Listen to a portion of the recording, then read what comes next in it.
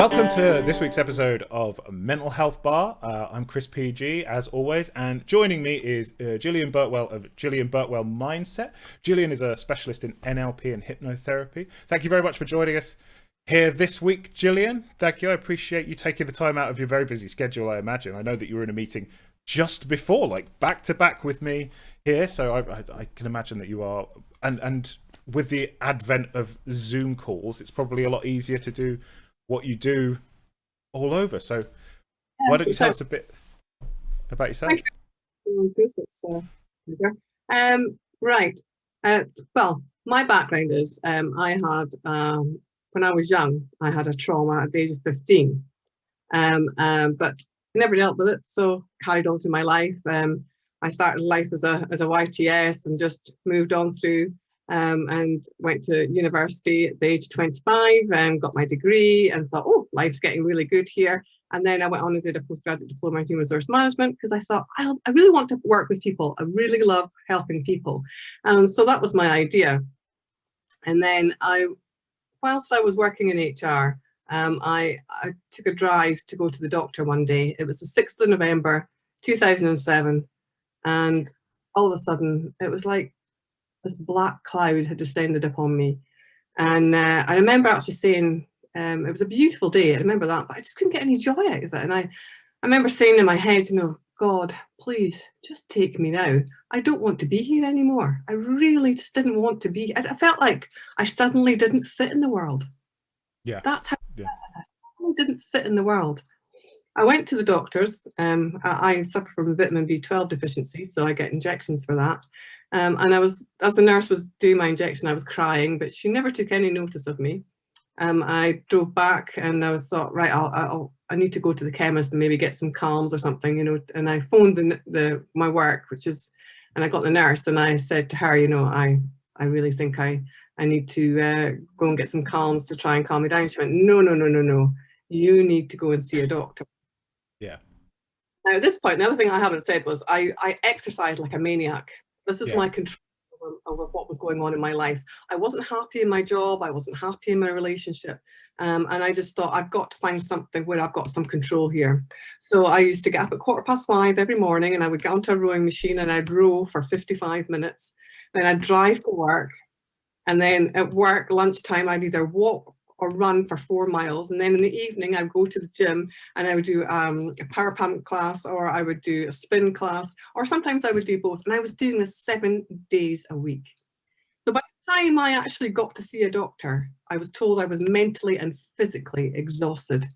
Yeah, well, yeah, I can imagine you were. It was just crazy. Yeah, it's crazy. You know, it was slightly obsessive. Yeah. So she thought I should really go and see a psychiatrist. So I lived out in the country, so they actually brought a psychiatrist out to where I was. And my brother came out to see me. My brother is bipolar, and so he could understand a bit about what was happening to me. But even he's a psychiatrist. I don't recognise my sister. My sister was a career woman. She, you know, was feisty and full of confidence, and now he says, you know, she barely makes eye contact, and as you can see, she's just like a wreck sitting here. I just, you know, it's unbelievable how the change has happened just like that. And it was like being hijacked by something, you know, because I just did not feel like I fitted in this world anymore. I shouldn't be here. I think one of the worst times for me was actually when I came up to my mum's at Christmas, and I was on a walk with my mum and the dog, and I thought, my mum has to really understand how much pain I'm in, mental pain. So if I ask her if I can, you know, commit suicide, if I could take my own life, surely she'll say yes, because she'll understand the pain that I'm going through. That's where my logic and my thinking was. And so I actually said that to my mum, and she went, no. So I went back to Aberdeen and to see my psychiatrist after the Christmas, and she asked me how it had gone. And as soon as I retold that story to her, I ended up in the ward.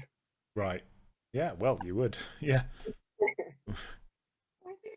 need to take you in, was what Yeah, she yeah. said. For your own, as soon as you say I'm not safe on myself, that's when they're like, oh, okay, now it's time to. This is yeah, So yes, so I ended up in hospital. I was only there for just over a week, but they were trying to get my medication sorted. yeah.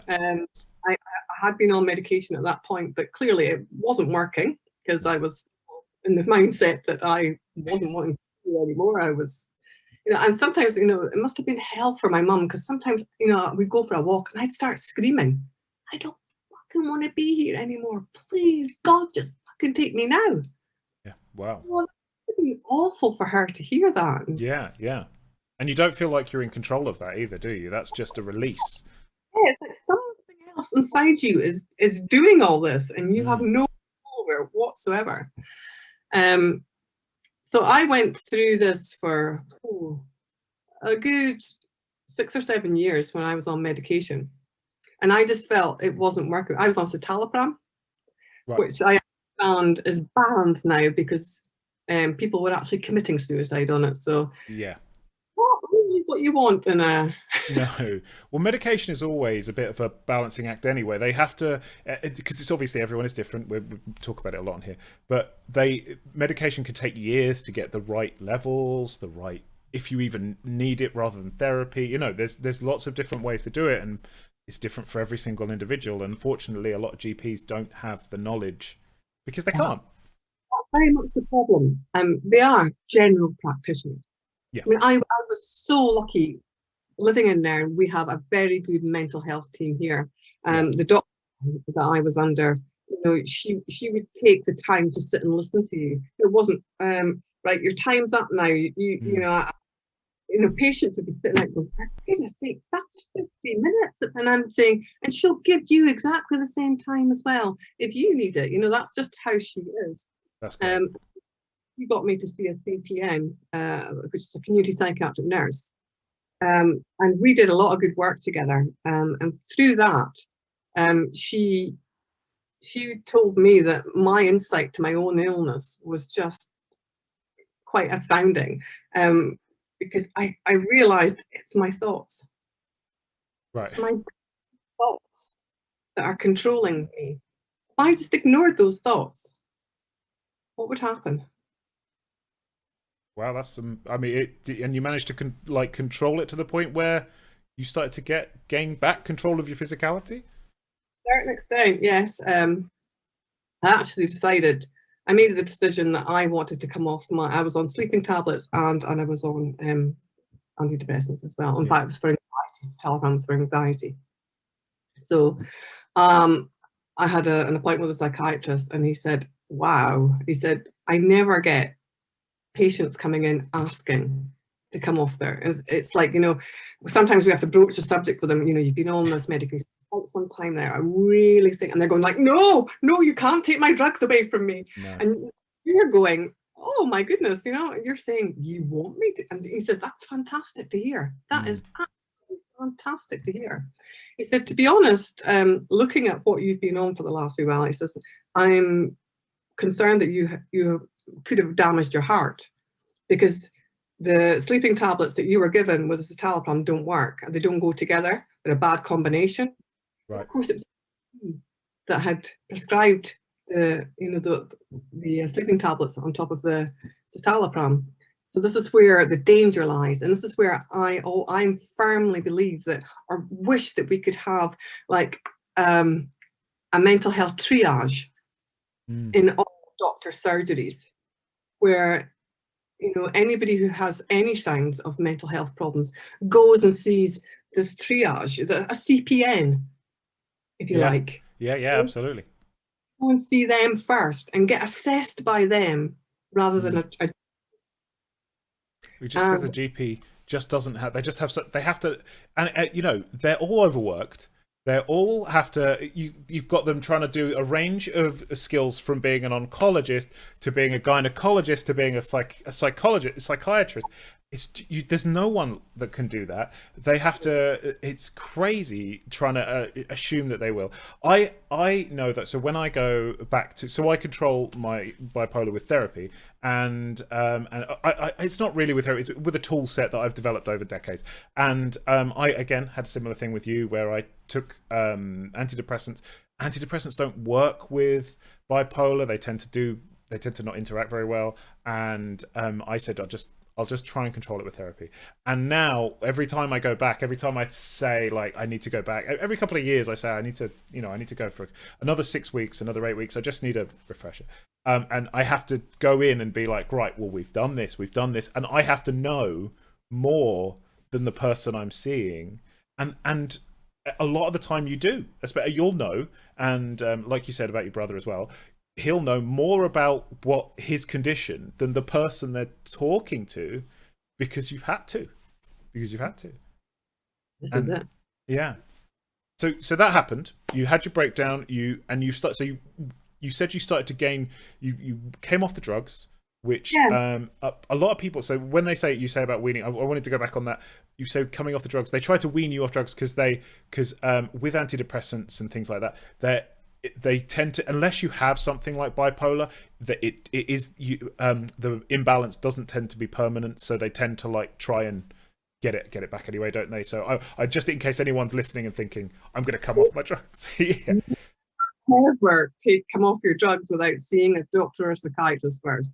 It was all very much controlled, and it was steadily taking off. I wasn't just, that's it, we're not having any more drugs. No, it didn't. There was a process that I had to go through first. By the end of that, I was happy to be off. I felt better actually off them. It didn't feel, I didn't feel like I was me on those drugs. I really didn't. And this is where, drugs don't work for everybody. They don't work. And that's what I found. I mean, I started doing things like meditation, which I found very helpful. But there's other things you can do as well, like breathing, just controlling your breathing. And even the Navy SEALs will do this before they, there's one that you can do, which is you inhale for 4 at this beat, hold it for 7, and then exhale it for 8. And that's 4, 7, 8. And that's what the Navy SEALs do before they go off into, like anything that's quite dangerous for them. They'll just do that 3 or 4 times, or until you feel better, and it just calms you right down. Because when you think about for instance, anybody who smokes will recognize this. Your first drag on a fag is the best. Anything after that is just because you've taken in a huge and that's the bit that actually does the work. Bit. Yeah. The drug goes in so it calms that bit of it, and the habit. I'm not a smoker. I've never been one. Were you a smoker? Even like it's not even just the drug of it. It's just the fact that you've taken in a deep breath, and then you've held it, and then you've let it go, and that's what calms you down. It's the breathing technique of that rather than the actual nicotine. Well, see, that's amazing. I didn't even think of that. Again, as I'm not a smoker. Were you a smoker, Gillian? I was, yeah. You were a smoker. My wife gave up smoking. In fact, my entire family had my mum, brother, and dad were all massive smokers, and they're all on like e-pens, and they vape, but it isn't quite as much as they were like doing with cigarettes. But I never thought of it like that was a breathing exercise that did it. Now, I'm going to be really honest with you, Gillian. I have always found meditation doesn't work for me. I've tried many different things over the years as someone who's looked into a lot of different ways to control themselves. I found that thinking about it differently worked for me. So seeing it as mind flu, I remember the therapist that told me, Emma, she said, don't think of it like it's you're sick. This is a cold, but in your head. So, and I'm guessing that's the same, what you're talking about there is just changing the behavior, the way you think about it, rather than it being a hit from a cigarette, just from breath of fresh air. And it actually struck me one time when I was doing it, when I was actually smoking, and I thought, because I actually thought to myself, oh my goodness, I was in a beautiful area at the time, west coast of Scotland, and a lovely, healthy place, Yeah. beautiful. Why am I doing this, And then I suddenly just went, I thought, that's what you get when you do that. Except I don't get a whole lot of nasty smoke going down the back of my throat. I just get lovely fresh air going in. I still get that calming effect. Because most people, when they're feeling stressed, that's the first thing they do is take up a cigarette. And that's exactly what they'll do. They take in a big breath and then they'll let it out again. And that's what they're doing. So if they just put the cigarette down and then just practice this kind of breathing. Yeah. It's amazing how it just calms the body right down. And then Recenters. Exactly. Because I was watching a TED talk, and it was this guy who was talking about this, and he said, meditation's great, he says, but people need to learn to breathe first. We never taught it. You're never taught it, are you? A very good point. He says, of course we all breathe to live. He said, but there are ways of breathing, and this is what he was talking about, and I have tried it, and it is really, really good. But there's other things that people can do as well. I mean, one of the other things that I've just learned about recently is tapping. Have you heard about tapping? I know about stimming, like when you are neurodiverse. So I'm doing it here. But you take a karate chop. Yeah. So like that. And then you've got certain all over, your body. So just here on the bones of where your eyebrows would start. So just sort of there, just where your eyes above your eyebrows. Yeah. Just, and then at the side of your eyes. So just where your temples are, yeah. I've got glasses on, so it's a bit tough. Go underneath here as well. Yeah. And then to the nose. Okay. Under the chin. Under the chin or on the chin? And you've got your breastbones here, and you tap on them. On your clavicle, just there? So under here, just where your bra strap is. Where my bra strap is, yep, that's definitely, yeah. So what we're talking, that's third rib, isn't it? Third rib. There. And then you tap on your forehead here. Top of your head. Yeah. This has become a very weird game of Simon Says, by the way. Mantras that you talk all the way through it. You've got ones for anxiety, and you've got ones for money blocks. You've got all sorts of things you can do with tapping. I was just watching tapping seminar just recently, and I was fascinated by it, and I was doing the tapping sessions as they were going along, and I just thought I actually could feel my body calming down. By the whole I was so chilled. Well, obviously neurodiverse people, so people with autism or ADHD or things like that, they stim to, and I'm guessing that it has, again, I'm not an expert on this, the tapping I haven't seen that before, but that is something that they do, and I do it down here. You won't see it, but I squeeze when I do this, so you won't see it as a performer. That's what I do, and I click, but you won't do that, and rub. But rubbing is a weird thing. But I'm guessing this is the same as like stimming, where you are, but it almost distracts your brain, right? Exactly what it does, but it also there are parts of your body that it's stimulating as well, and it's just calming down the lymphatic nodes in your body as well. So everything's connected, just doing that there. Do you know what that felt like to me? It felt like the little vestigial memories of being a baby. When you can kind of remember what it was like for your mum to brush your forehead and things like that. That's what it feels like to me. Just is that what it's meant to feel like, or am I just? No, I've heard that described in yoga classes, actually, that you when you're lying there, you sort of think of somebody, a masseuse or something, brushing your eyebrows, just across the. I've never let a masseuse touch me, but I know what you. I'm terrified of them. I'll be very honest. My wife is the other way. She loves the back rubs. She loves massages. I cannot. I won't even let her. I'm like, don't. I just don't like it. But maybe this is it. Maybe this is because I quite liked that when we did that a second. I find all these things online. these things are all free to find out online. In fact, I've got an app. Of course, there's an app. There's an app for There's it. always an app. There's always an app. I like the idea that is it a tapping app, like you have to with the phone? App, yes. And there's also, I use Insight Timer. That's a meditation one. And there's also a Chopra app. Chopra is a famous Deepak, yeah. Deepak Chopra. That's exactly him. He's got his own app as well. So there's all these apps that you can get, which are really quite soothing. Other things that I like to do. I get great. I'm into mindfulness. Yeah. And when I go a walk, I'm very lucky where I live. I've got the beach, which is only about 10-minute walk from here. Jealous, especially this year. I'm jealous of you. Oh, you walk down onto the beach, and you just listen to the sound of the sea. The waves just lapping the shore. Yeah. And I can adjust my breathing to the waves just coming in and out, in and out.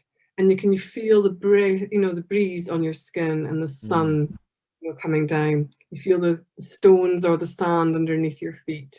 Yeah. And you smell the sea air, and it's just lovely. And you hear the birds singing, And also where I was today, I actually heard the seals barking. Well, that's a bit different, but it's less relaxing, but still part of it. So let's fill in a gap though, Gillian, because there's what we have here is you coming off your medication, breathing, so getting a bit better in a mental area, and now you're an NLP and hypnotherapy specialist, and obviously a holistic specialist. So what happened there? How did you go from breakdown, which we both were talking about this before, we don't like the term, but it is a medical term. We don't like the term being broken because it's not relevant. It's not accurate. We don't need fixing. We don't need fixing. We just need. I always think that people like us, and I include you and me under the same thing. This world is built for one very specific type of person, and actually, that type of person is very rare. Yes. But it's just that it was, and people like you and me are told to fit into it, and it ends up overloading us, and we just can't. It's not there to deal with. So when we have a breakdown, it's actually just us reacting to a world that wasn't designed for our particular way that we've been, that we've genetically put together, or that our brains are put together, or however. But yes, so this is where we are. You've come off of the medication. You've learned to breathe, to center yourself. And how have you got into hypnotherapy, and how have you got to where you are now? What made you take that step? It was actually a friend, my mum's son's, my mum's friend's son. Did I get that right? Oh, yeah. Yeah. I'd been working as a manager up in Durness, and I was working with a bully. So by the time I got back, I was just feeling a little bit jaded, but I was getting myself back together again. And he had invited me over because he was up to see his mum, and just to try and do some NLP on me. I'd never actually heard of NLP, so I thought, Yeah, why not? So and it was really surprising, because with NLP, you don't need to tell the story. I don't need to know anything about what's happening with my clients. Yeah. All I need is for them to have it here. Yeah. So if they're thinking about it, and and then we go through a series of questions, and we shrink the submodalities right down. So what we do is we say, you maybe have out of 0 to 10, how bad is this feeling that you've got now? And they would say, oh, we're at a 10. And what we do is work to get it down to either a 1 or a 0. And most times it's a 0. Yeah. And what we're doing is you've got neural pathways in your brain. So you're creating these all the time with these different thoughts that you have. Like, for instance, a smell or even a song on the radio will evoke. Yeah. Remember. Yeah. Oh wow, I remember that. And that's fine. But not all our memories are good. No. You look at a name lights up on your phone and you think, oh, yeah. Like that. Or you hear a song, or you the one I think that's the big one is smell, because it's tied so into your ancient cave person core that you smell something and it can immediately bring revulsion, and that's a very strong emotion because it's a fight and flight response, isn't it? Exactly. So with NLP, what you're doing is you're reducing all that. You're changing, you're blocking that pathway. And that you'll never take away a good memory. Your mind will never allow you to take away good memories. It doesn't want you to. You don't need to have these bad memories. It's like having an app on your phone that you no longer use and you don't want anymore. You just take it away. You get rid of it. That's what NLP pretty much does, and it can be done very quickly. I've been astounded at how I can change somebody's life with NLP. They come to me and they're like, oh, this thing's been bothering me and it's been really, so I'll say, where are you at with it? Oh, I'm at a 10 with it, and it's really having a bad impact on my life. And by the end of the session, I'll say, where are we now? And wow, I can't even think. I can see it, but I've got no feelings attached to it, or I can't even see it anymore. And that's that's something we were talking about, isn't it? That where it's the processing of the emotion attached to that feeling. So take me through an example, Gillian, for those, because there's going to be people listening. I have experienced NLP, but others haven't. Take us through an example of something you would do with. It doesn't have to be a real one, but you're not going to mention any names, so you could use a real example. But let's see. I had a client, and it was actually traffic cops that she had a particular issue with, because she stopped 3 times. She was getting to the stage where every time she saw a traffic cop, she would just almost freeze and just go, oh! Yeah, wow. That was what we worked on. So what you do is you ask for the first, the worst, and the most recent memory that person has of the situation, and you'll just need to get highway, or it was just one keywords is all you're looking for. I don't need to description, just keywords. And what we say is, which one do you want to work with first? First, worst, or most recent. And most people go for the most recent. Let's get the big one out of the way first. Yeah. And what you do is you get that person to bring up that scenario in their mind, and to let you know when they've got it, and then you calibrate and you say, is it from 0 to 10? Where are we? And you want it to be as high as it can be, because that way you can really work on it. Then you've got the subject, if you like. Yes. And we'll go through what we call submodalities. So you'll say, is it black and white? Is it color? Is it near to you? Is it far away from you? All this kind of thing. And so you take notes of these things, and then you'll ask, is there sound? And is it internal, which means thoughts in your head, or external? It's noises from outside. Is there feelings? What are you feeling with it? Is it got? You'll ask them to nominalize that by asking them, is it got a color? Has it got a shape? Does it move? All those types of things. Yeah. And then what we do is we go back and we reduce all of these until we have them. I can't tell you all because I've been here for quite some time, but yeah, no. That's really what we're doing. We're reducing all those submodalities so that when the person goes to think about it again, because what we do, we ask them straight away, go and try and get that memory back. Well, wow. Reduced it, analysed it away almost. That seems like. Not even analysing. It's what I love. It's most people have it in their feelings. That's where it really is stuck. Because when you think about it, anything you think about, you've got a feeling attached to it. Yes. There's generally a feeling attached to it. Yes. What you really want to do is you're quickly getting through. You get through it as quickly as you can, because people can't hold pictures in their minds for too long. So you're working through it, but the feeling in the body tends to stay quite a bit longer. And then what you're doing is there are certain words that I like to use what we call clean language. Right. And that's so that I'm not imparting my thoughts or my beliefs into the situation. It's totally their words, their thinking, not me saying, oh, is it like this or is it like that? I don't want, that's me suggesting things for them. So what I try to do is I don't do that. I get them to tell me everything, and I'll have guided questions that I can ask. Is it, when it does this, what happens? And when it does that, what happens? Right. Like what? And it, that type of thing is what you're going for. Open-ended rather than I think of the other type of questions as bathwater questions, which is I call it that because you say to our daughters, would you like your bath at 7 or 8 o'clock? And they're still getting wet. The answer's always the way I do it. But what you're talking about is what I hope I do here, which is ask you a question and then just leave you to it. So, but what would be an example of a clean language? I've heard Andrea mentioned it when she did our first show. What would be an example of that, like specifically for NLP? The reason I ask this is I know people get recommended NLP, and they're a bit anything with just an acronym scares the crap out of people. I can totally get that. Yeah, clean language is it's like it's what you're trying to do. Most people will turn something into a metaphor.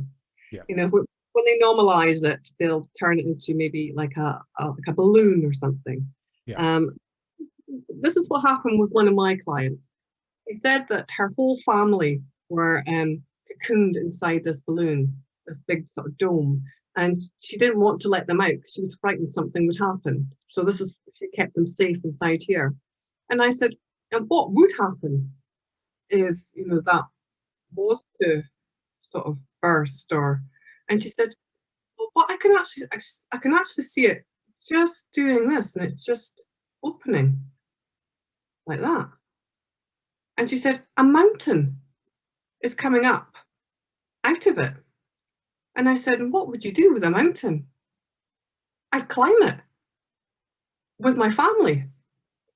And she'd actually said to me earlier on in the conversation that her and her family, she says, none of us can sing. She said, so it's great at birthday times. What we do is we phone up family and we're all around the phone and we're singing happy birthday down the phone. She says, and we just cannot sing.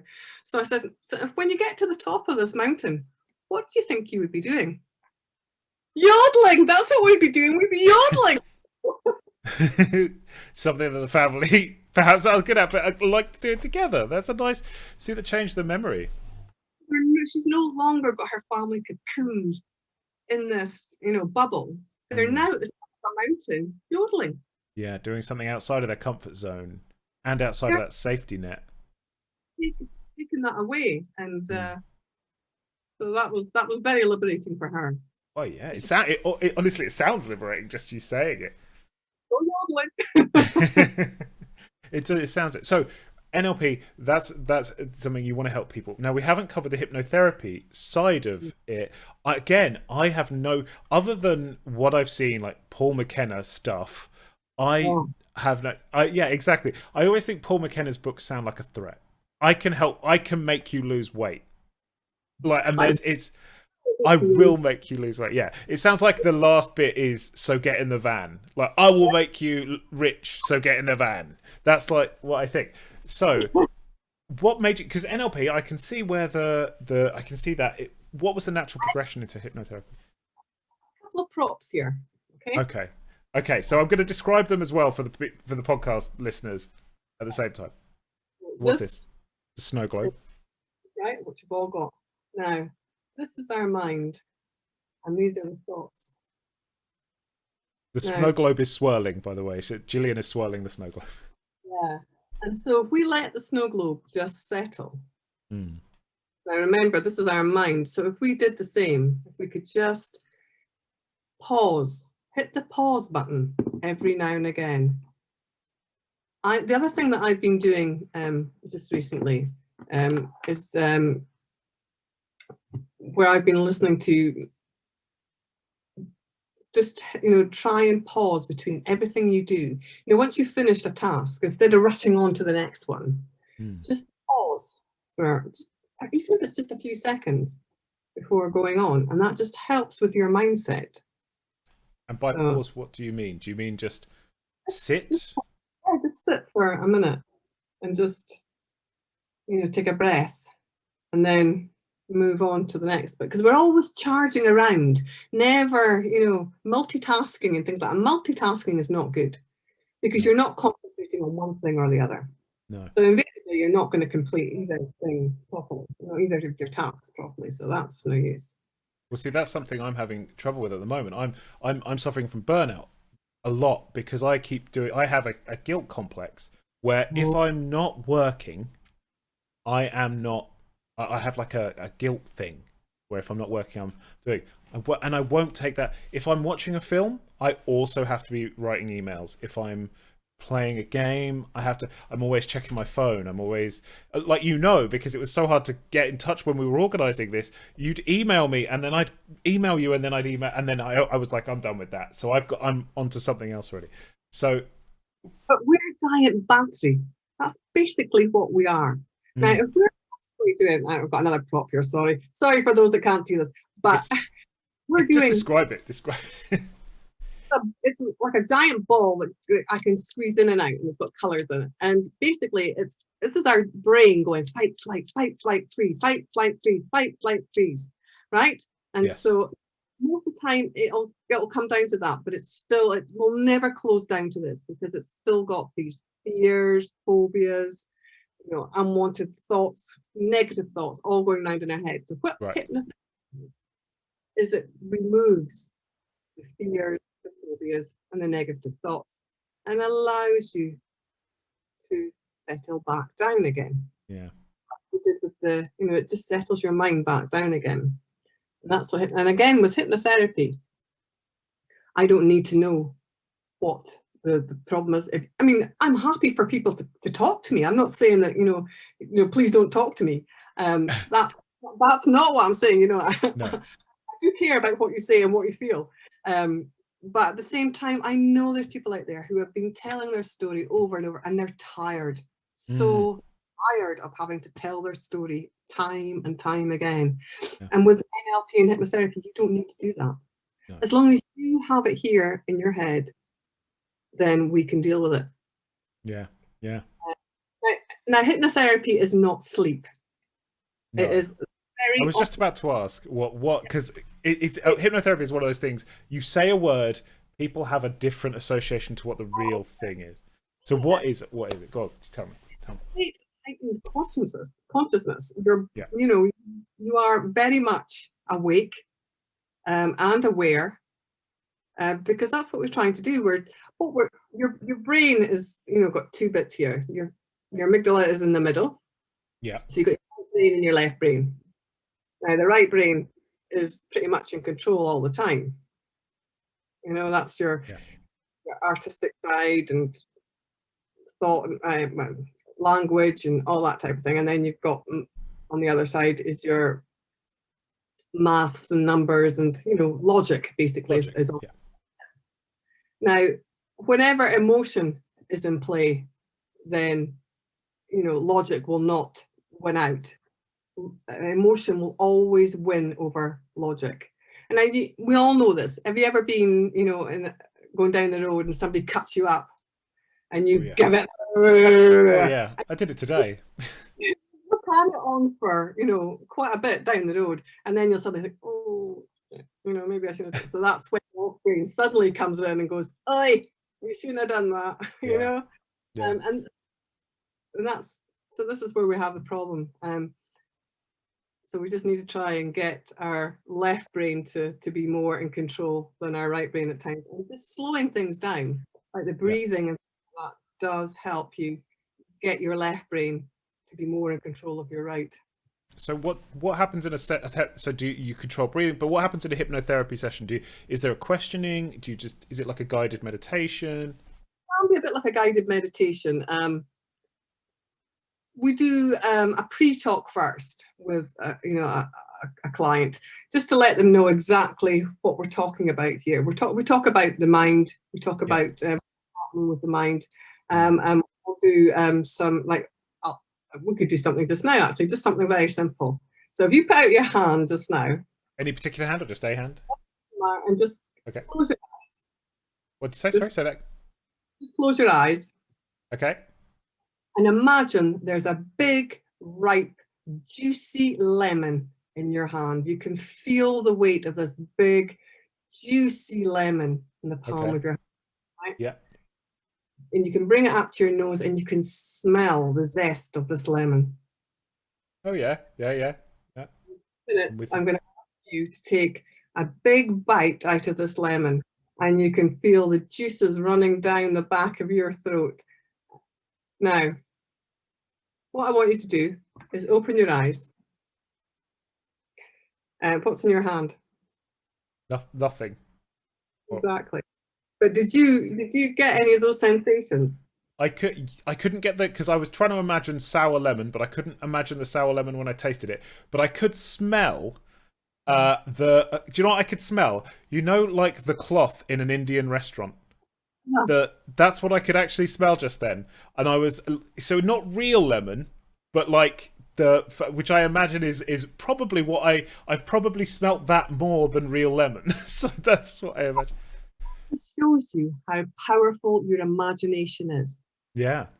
Yeah, I couldn't taste it, but I was trying to. You brought it, for those of you that were listening. I was trying to mouth it and stuff, but I couldn't taste it. But I think it was because I was trying to imagine sour, and I couldn't do it. But the smell, I could smell it in the back of my nose. I could like smell the very lemony, fresh kind of towelette thing. So yeah, it's very powerful. So that's the kind of thing you do in a hypnotherapy session. How powerful the imagination is, and how powerful the side of the brain is. Yeah. That's one of the testers that we do, and then